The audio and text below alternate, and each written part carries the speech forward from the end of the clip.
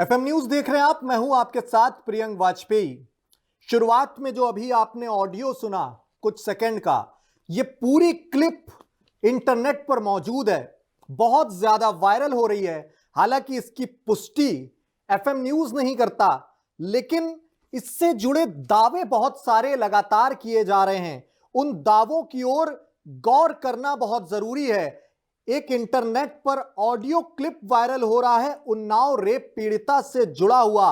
दावा किया जा रहा है इस ऑडियो क्लिप में, इस कॉल रिकॉर्डिंग के अंदर उन्नाव रेप पीड़िता और उसके चाचा महेश सिंह से बात हो रही है।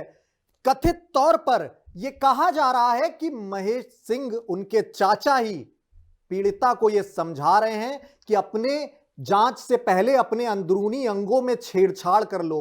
इस तरह का दावा तमाम इस ऑडियो क्लिप के शेयर करने वाले कर रहे हैं। इसके साथ साथ हम लगातार आपको वो वीडियो भी दिखा रहे हैं, अपने उस इंटरव्यू की क्लिप भी आपको सुना रहे हैं जिसमें हमने रेप पीड़िता से बात करने की जब कोशिश की, हमारी टीम ने उनसे संपर्क किया, उनको लाइव जोड़ा और जब हमने उनका इंटरव्यू किया, तमाम जरूरी सवाल जब हमने उनसे पूछना चाहे तो वो इतना ज्यादा गुस्सा आ गई कि उन्होंने माइक वहीं फेंक कर वहां से इंटरव्यू छोड़ दिया, कैमरा जबरन बंद करा दिया।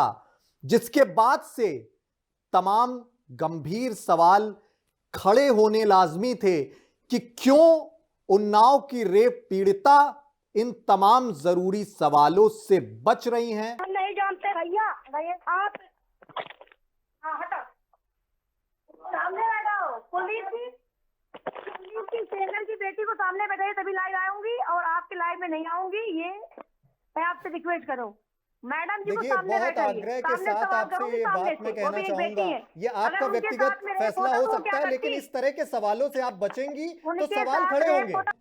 वहीं हमने कुलदीप सेंगर की बेटी ऐश्वर्या को भी जोड़ा, ऐश्वर्या सेंगर से भी इन सवालों के जवाब तलाशे। उस दौरान हमारी टीम जब रिसर्च में जुटी थी इस पूरे मामले को लेकर, तो तमाम ऐसे फैक्ट भी सामने आए जिस पर आपका ध्यान जाना बहुत ज्यादा जरूरी है।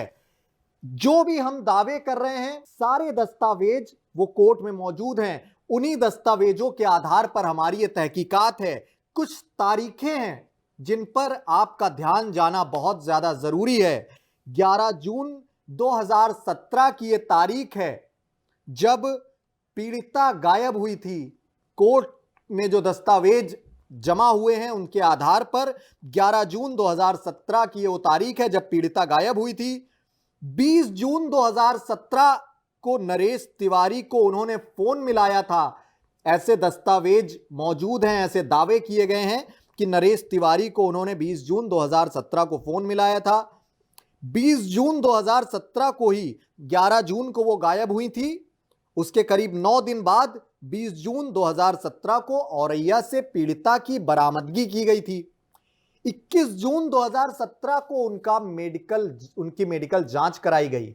मेडिकल जांच में उनके रेप की पुष्टि नहीं हुई थी। जो सीएमओ ने रिपोर्ट पेश की थी उसमें यह दावा किया गया था पुष्टि नहीं हुई थी उनके रेप की, और वो मेडिकल रिपोर्ट भी ऑन रिकॉर्ड मौजूद है।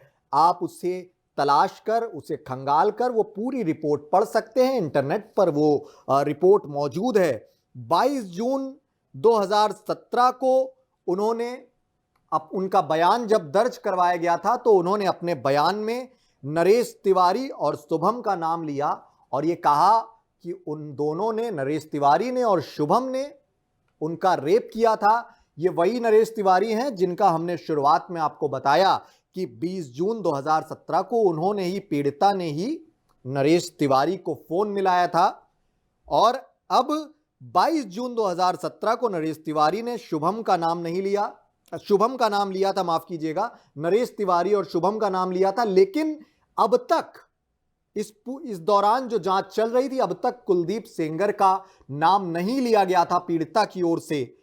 नरेश तिवारी को उन्होंने यह भी कहा कि वो जानती ही नहीं है, जबकि पूरा ऑन रिकॉर्ड ये तथ्य दर्ज हैं पूरे कि नरेश तिवारी से उन्होंने कॉल पर बात की थी। अपनी गुमशुदगी के कुछ दिन बाद 20 जून 2017 को उन्होंने नरेश तिवारी को फोन मिलाया था, उनसे फोन में लगातार संपर्क में थी और बाद में जब उन्होंने 22 जून को बयान दर्ज कराया तो उन्होंने नरेश तिवारी और शुभम को रेप का आरोपी बताया। इस दौरान अभी तक भी कुलदीप सेंगर का नाम उन्होंने नहीं लिया था।